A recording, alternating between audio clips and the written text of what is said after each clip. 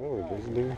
Yeah, we rented a car for a month, and we've been touring this area.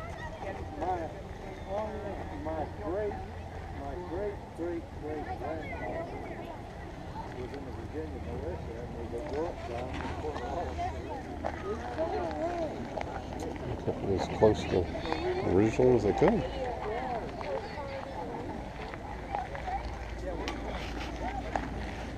A really nice film on introduction to the area in Washington,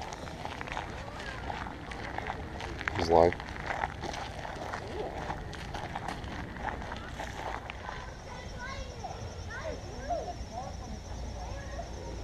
Well, this is a tree planted by George Washington. It's big. Several large trees around.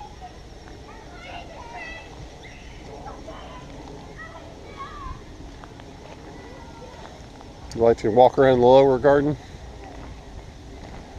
We have an upper and lower garden. The upper garden is flowers. The lower garden is plants. Like it would have been when George Washington was here.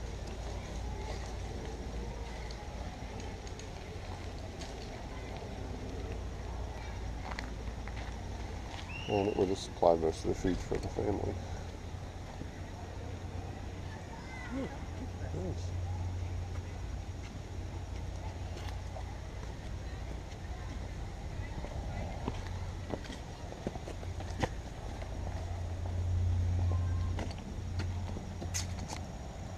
And peppers. Yes, it looks like.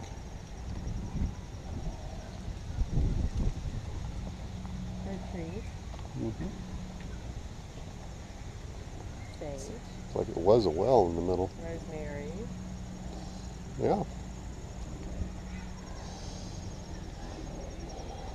Bell peppers. Yeah, all these fruit trees right along the edge here. Yeah, along the edge of fruit trees. Yeah, these are big bell peppers. Yeah. Ooh, that's an old tree. It's been around for a while. The grapevines? No? Not sure. No, these are apples. Oh, these are apples. They're shortcut. They're purposely cut to trim along the edge here. Mm-hmm. You got your carrot. Yeah. Colonial Revival Garden. I believe it was born in That looks like a 18th regular century. over there.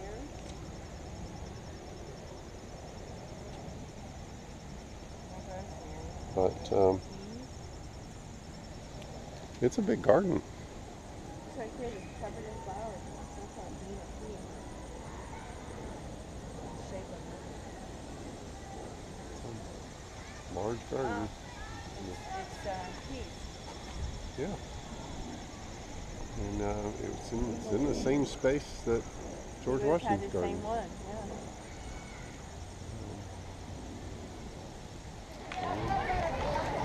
There's blocked off doorways.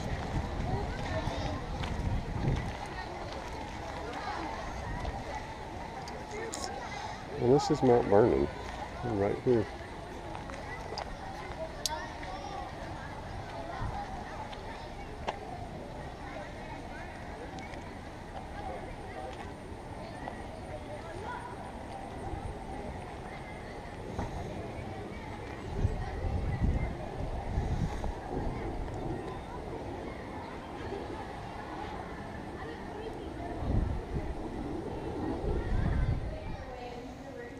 View from Washington's porch.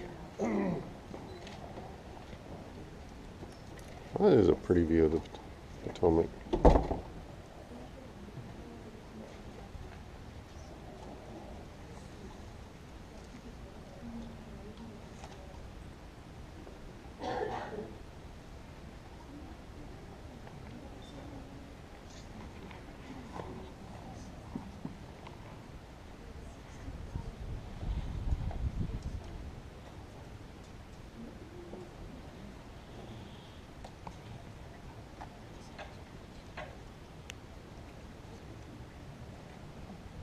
It's all his bedrooms, other areas. We're not allowed to take pictures inside except for the kitchen.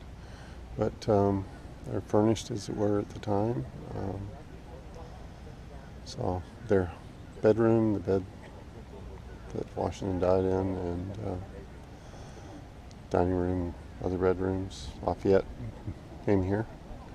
This is a view that Washington had. Yeah, over the Potomac.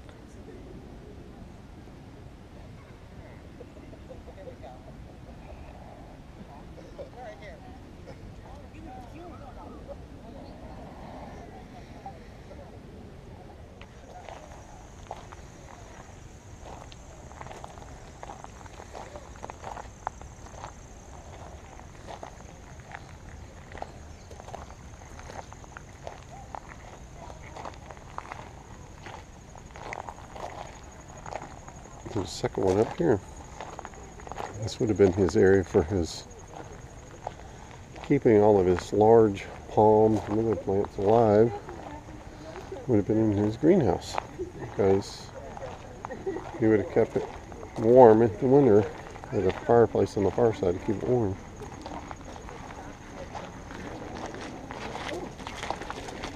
Does it smell like that in there? Yeah.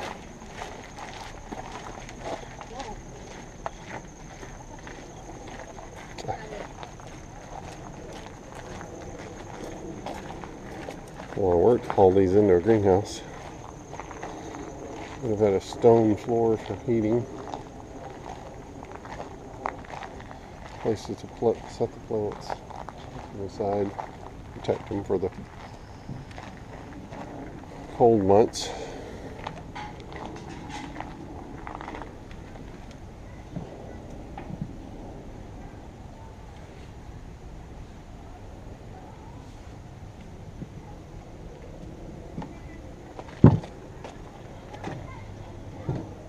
The greenhouse heated from the stove on the far side? Yes. Oh. Yeah, when you could go around the other side Right. and see the stove room. And then there were pipes that went under and heated the floor. Oh, it was underfloor heating. That's what I thought it must have been. So you have radiant heat, because otherwise you'd have the air from the Right. fire would actually, well, Too hot it'd be and- too much. Yeah. Dry. Hard to regulate. Exactly. Yeah. Wow. He had all the luxuries he could have at the time. That's right. He could take his tropical plants and have them moved inside and protected for the winter. Uh-huh. Very nice. You have it made. I guess. Yeah.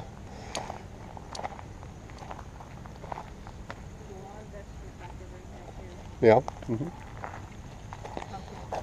Yeah. Yeah. It's not the only vegetable area, I guess, and there's more over here. Put flowers on the outside and all this. Washington's realty is very simple. A lot less than what he would have had in Washington, but he enjoyed it. Of course, his family members buried behind him.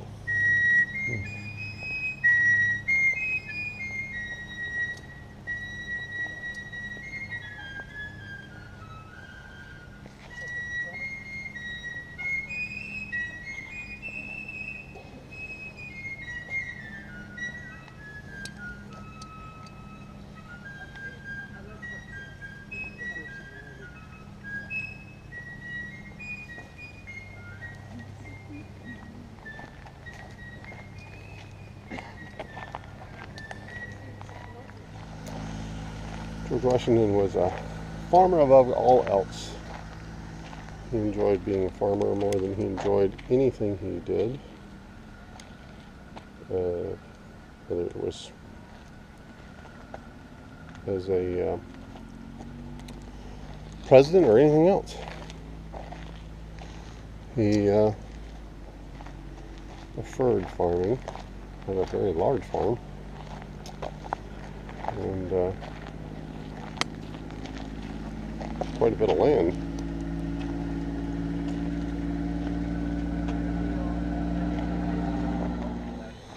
I remember working the wood over there. They're building a boat. They're building a boat. The old-fashioned way. You had crop rotation. Buckwheat, wheat, corn, potatoes, and then the next would be wheat, clover, or grass, which then he would allow the sheep to eat and stay on land that was in clover and grass. But he was well aware of rotation of plants and how that worked. Alright, well, we'll go over there. Oh, somebody's saying hi. Hmm? Yeah. Yeah. Oh, this is hard work.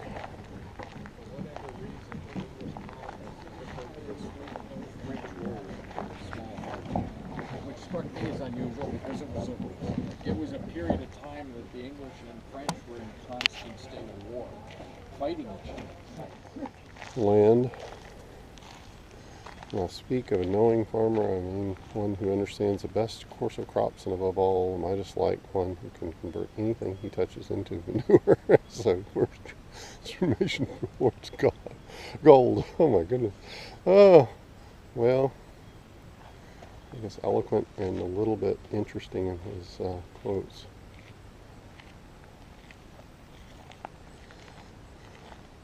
This is their heritage farm.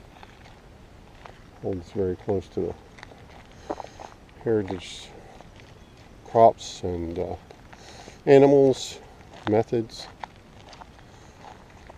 Much fencing is necessary at this plantation before it can be said to be advantageous, laid off in good order.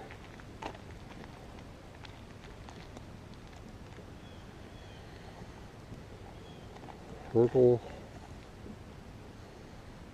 post and rail, wattle, and split rail.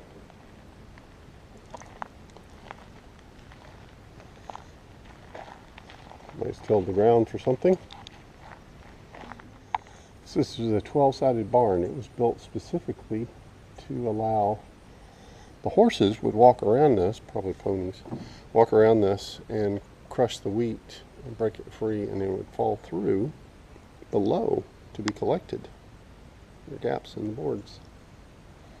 As he said, I am now erecting a building for the express purpose of treading, and he's always looking for ways to improve on farming and technique. It was built in 1792 to 1795. The below levels where they had the wheat would fall through to.